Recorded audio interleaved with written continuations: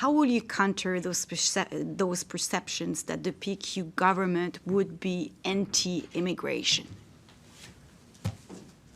We're not doing politics based on perception. We're doing politics based on the best public policy.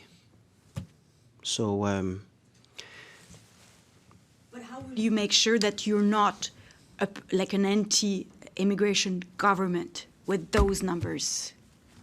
those numbers are those from the beginning of the 2000s, when the French language was stable and housing was stable and services were stable.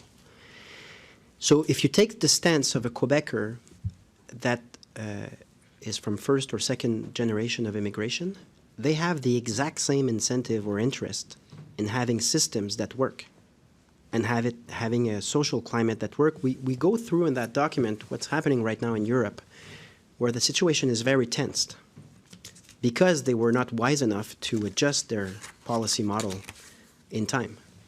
We think that if we get back to a durable, to a sustainable model right away, everybody wins, because you get back to something that works. If it works, people are happy, and it is in the interest of Quebecers who are from first or second generation of immigration to have services, to have housing.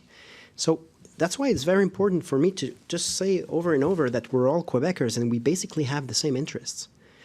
What's at stake here is the federal imposing policies that are just pure nonsense based on an ideological